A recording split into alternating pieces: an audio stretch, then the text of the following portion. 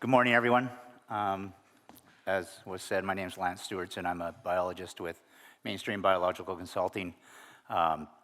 We operate out of Campbell River, which is kind of the hub of aquaculture in British Columbia, Canada. And one of the things we do is we do the bulk of monitoring of wild juvenile salmon in British Columbia, specifically for sea lice infestation.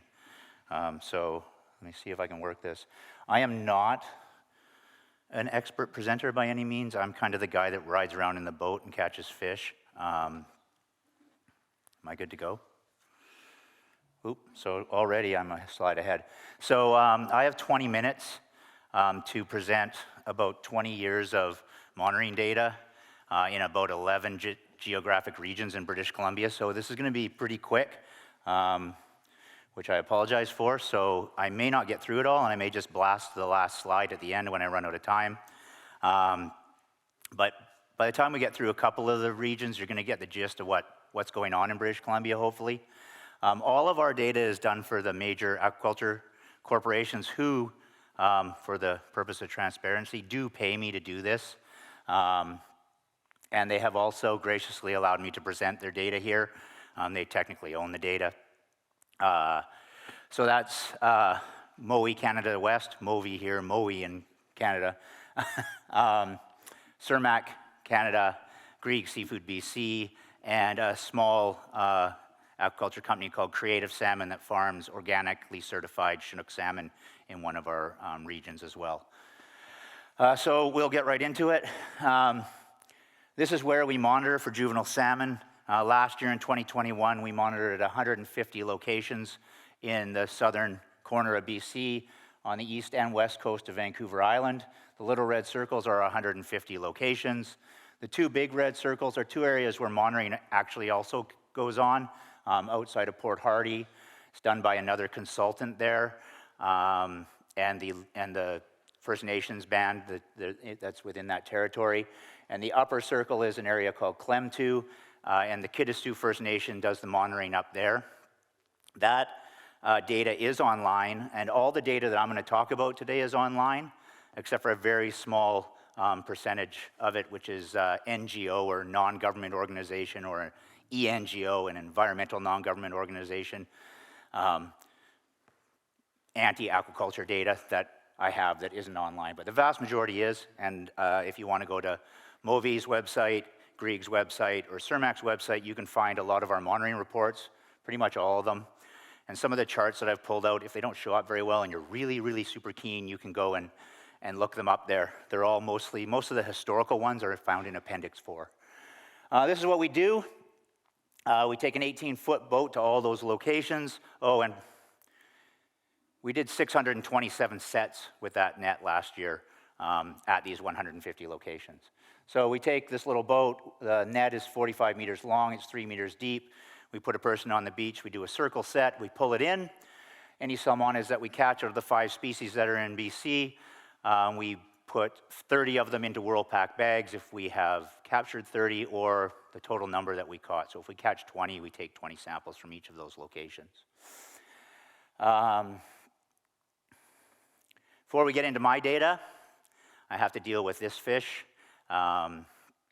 This fish, if you're not familiar with the anti-aquaculture movement in British Columbia, this fish has shown up for the last 2 years all over social media.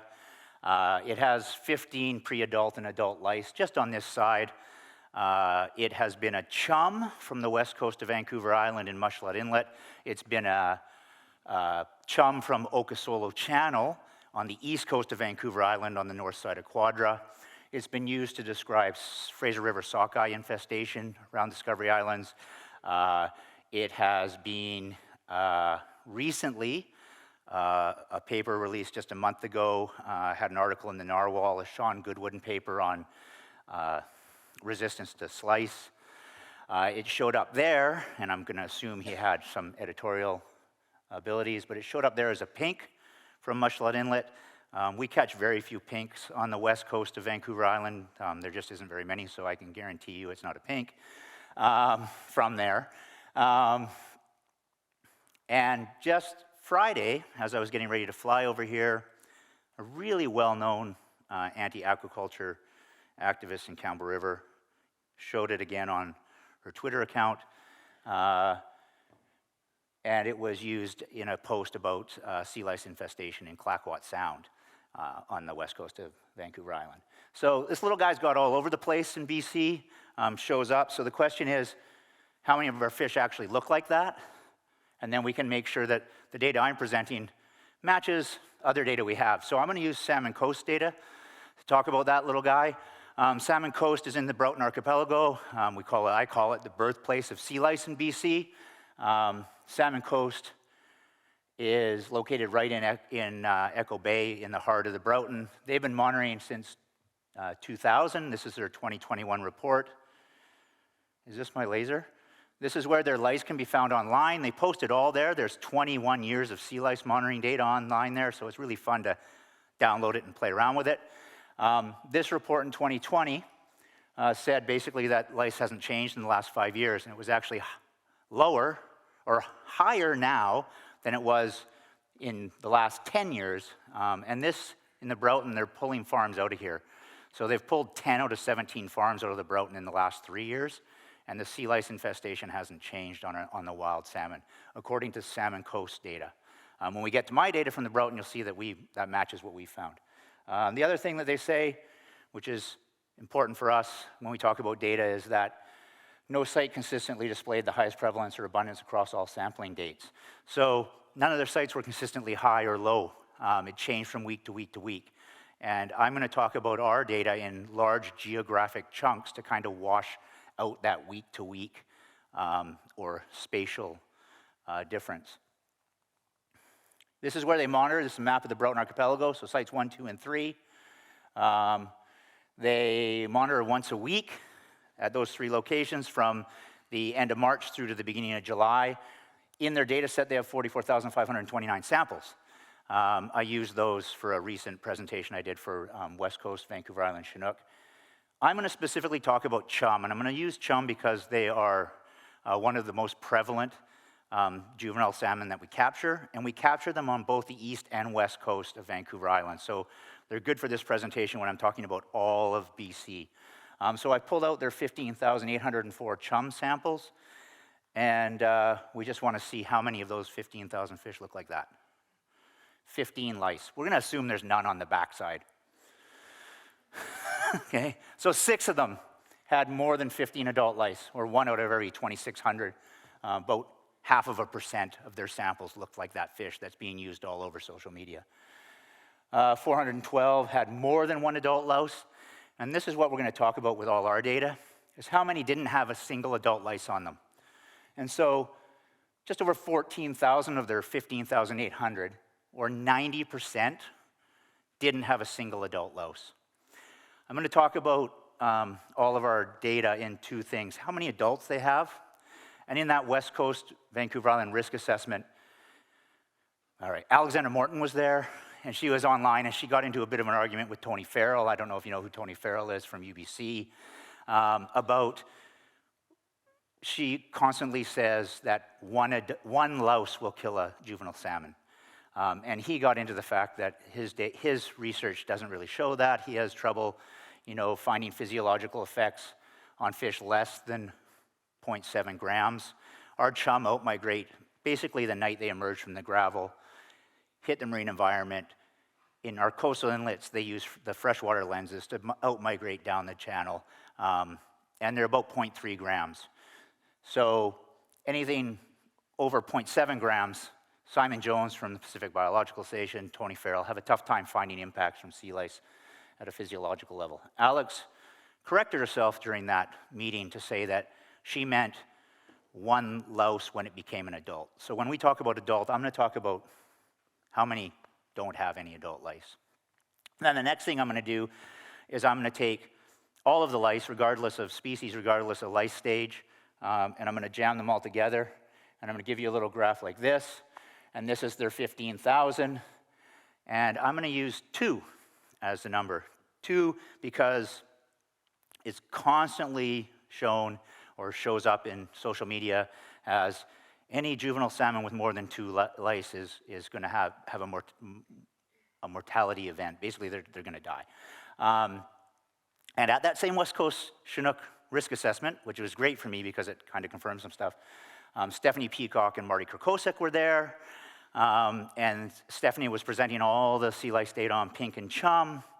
And she talked about 2.6 lice per fish was the level that they found to be causing mortality in juvenile pink and chum salmon. And since I have yet, in all the fish I've captured and looked at, found a 0.6 lice, I'm going to round that up to 3, and I'm going to talk about how many of our fish had 2 or less lice, or how many of Salmon Coast fish had 2 or less lice. And if you add those all up, it's 88% had 2 or less lice. So in reality, most of the fish leaving the Broughton Archipelago look like this. This is off of Twitter too. It's a picture supposedly from Okasolo Channel in Discovery Islands after all the fish farms were shut down in 2021. And I've circled the lice. There's about 50% infestation and right around 2 lice per fish. And this is what most of the fish on BC's coast look like, even according to Salmon Coast data. So I'll get into our data now. I have exactly 10 minutes. I got to cover 10 areas, so here's where we're going to pick up the pace. I'm going to start in the Broughton, and I'm going to go counterclockwise around Vancouver Island. Each area is going to look identical to that, so we'll gloss over some of it. This is the Broughton. The Broughton's been monitored heavily. 2004 to 2009, I worked there with the Department of Fisheries and Oceans Canada. They did 100 beach seine sets and just over 70 purse seine sets once every month for 5 months through that time. Between 2010 and 2012, I worked in the Broughton, monitoring with a project called BAMP. I led the field portion of that. We did anywhere from 100 down to 67 beach seine sites in that project. This is what we monitor now, all the red circles. There's 45 of them. The little pullouts, the G, V, D, are just some interesting points. In 2020, the sites here at Glacier were out, the site here at Birdwood was out, and this site, Wicklow, was fallow. And there was a video that was released that the quote from it was, "No farms, no lice," sampling done in early April. This is our results for those sites around that area in 2020. These match almost to the percentage point with Salmon Coast data when you pull out the same week. So there was basically 60% infestation, right around 2 lice per fish. So there wasn't no farms, no lice. Here's all our data. I'm going to talk about prevalence and intensity primarily, as you've seen. I'll leave abundance to Jim Powell, who's going to present on Thursday when I was originally going to present. You can see it's nice and, whoops, back up, wrong button. Fairly stable. Pink and chum here for our prevalence over the last 2016 to 2021 since we restarted monitoring. We took a little break there, sea lice went away, and then in 2015 we had a really dry spring and sea lice re-emerged in BC. So you're going to see a lot of our data has a little gap or restarts at 2016. And you can see our intensity is fairly constant as well across the last 5 years, which matches what Salmon Coast said in the report, so that's good. It's good for us. Here's a fish, there's a louse. How many of our 2,347 chum samples have more than 1 adult lice? About 0.5%. And 97% of them don't have any adult lice on them.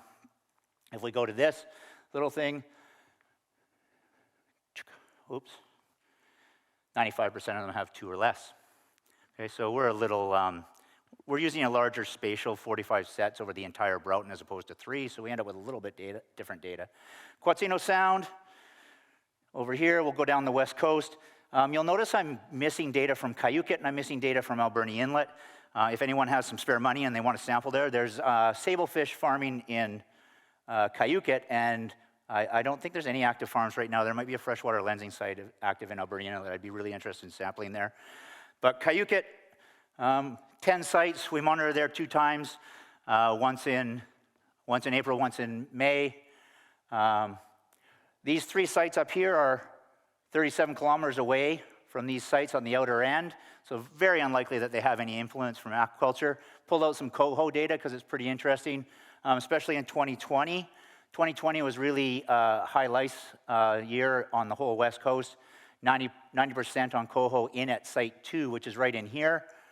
an average of 13.6 lice per fish. The most lice we saw on coho that year was 32 lice on a coho, way in here pre-farm. Here's our CHUM data. We primarily catch CHUM there. You can see we have a couple of really high prevalence events, 36% here in 2020, like I said, but our intensity is still in that 2 range everywhere. How many of them have adult lice? 23 had any adult lice. Only one of those had more than 1 adult lice. It had 2. And then 98% of them have 2 or less lice. You getting the gist yet? That's 2 areas. We got a few to go. Here's Mushlet Inlet, halfway down the coast. We monitor in 2 areas, Esperanza up here, where Grieg has farms, and Mushlet Inlet, where Grieg also has some farms. We'll go Esperanza first.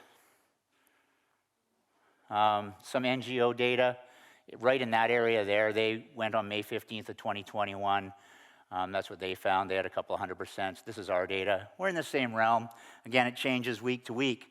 And of note, we went about a week after they were sampling, and we only captured 21 CHUM. So they're sampling right at the end of the out-migration period, and kind of ignoring the whole front end of the migration that happens before this point. We monitor here every 2 weeks over an 8-week period over the out-migration of CHUM salmon. We would monitor from 2010 to 2012 in response to some concerns by NGO groups. Sea lice went away for a few years. When it reemerged in 2015-16, we picked up again in 2017 to 21. You can see some weird stuff going on here where we have a high and low prevalence, Again, Jim, that's you. And we've had some higher intensities there, but still, when we look at it in terms of this, 98% of our samples, almost 4,700 samples over that time frame, don't have any adult lice. And when we look at the same, we have 95% of our juvenile CHUM that have 2 or less lice. If we go to Mushlet, Mushlet is probably the largest CHUM data set in BC. I got to really move. There's 11 sites we do now. Again, we do them every 2 weeks. NGO group sampled over there. We sample here. Slightly different results. Again, a week after their sample period, we got 2 CHUM in all of our 11 sites. We have added some sites this year, specifically over at Jewett Cove over on this side, and Villa Verde and Hoist Point, and a couple other sites that the NGO groups did up there in response to their concerns. We hope that they would sample alongside with us to do some side-by-sides. They haven't done that. We did in 2004 to 2012, this was mandated by the license to sample every week. From 2013 onwards, we have gone to 11 sites, and we go every 2 weeks. Really low everywhere, except for this 2020 again, which was high all over the coast. 6 out of our 21,800 fish had more than 1 adult louse. The max was 1 had 14, so 1 almost looked like that one with 15 on the side. And 99.7% don't have any adult lice, and 99.5% have 2 or less. Most of our infestation is 0, 1, or 2 lice. Clayoquot Sound has been monitored by a group called the Clayoquot Sound Working Group, 2003 to 2011. I'm not going to deal with this data. It was pretty sporadic, as it was a volunteer group. We were brought back on in 2016 to 2021. If you compare those, there's some higher levels here, but you can see our prevalence is consistently higher in the last 6 years, and we have some higher intensities. So I'm going to talk about just that set. And then this is an addition of creative salmons down in the bottom portion of Clayoquot Sound, 13 sets. They just came on in the last 2 years to get some information on what's going on with wild juvenile salmon in their area. So if we just look at that middle bit, which is some of the, quote, liciest fish we see in BC, of the nearly 5,000, only 2 had more than 15 adult lice, 1.2% had more than 1, and 95.5% had no adult lice. Pretty consistent. Clayoquot Sound, 90% of them had 2 or less lice. I'm going to skip through this NGO data. We match fairly closely for adults up the top, not so closely for our all lice down here. They're focused primarily on these 3 outer sites. I didn't pull just those sites out of our data. If I did, I might match a little bit closer. Across onto the West Coast, sea shelt, 15 sites every 2 weeks.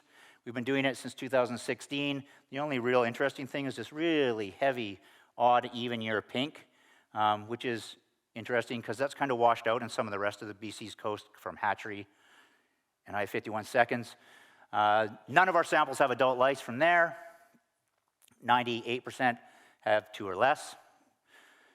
Up to the Discovery Islands. Farms were pulled out in this middle, so we've redone our data to have a pre-farm area, a farms removed area, and a post-farm, or where there's still some farms active up in the north.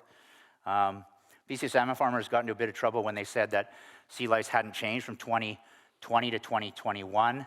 And what we kind of found in the where farms were removed is that it actually did drop, but it was the mean. It was an average year, and they went and said that it didn't change. And I kind of took a beating in social media about that, but I wouldn't have said that it didn't change. I would have said that it was an average or median year. All those samples, 3,200 of them, 7 of them have more than 1 adult louse, 43 have 1, and 98% had none. Here's all of our samples, all life stages, 98 have none. Last one, Cleo channel. This was included in the Broughton until they started to remove FARVs, and then Grieg pulled it out, so we don't have very many samples. And you're going to see that that's night inlet. 15% had 1 or more adult lice, 85% had none. 9% had 2 or less. We throw them all together, we have 63,399 samples. That's my data, that's Salmon Coast data, that's Cedar Coast data. That's all the data that I can pull out for CHUM salmon. You have to and wrap up now. do they look here? It's 96% don't have any adults. 94.5 have 2 or less of any stage. And that's it, thank you. I got through it. 20 years, 20 minutes. Woo!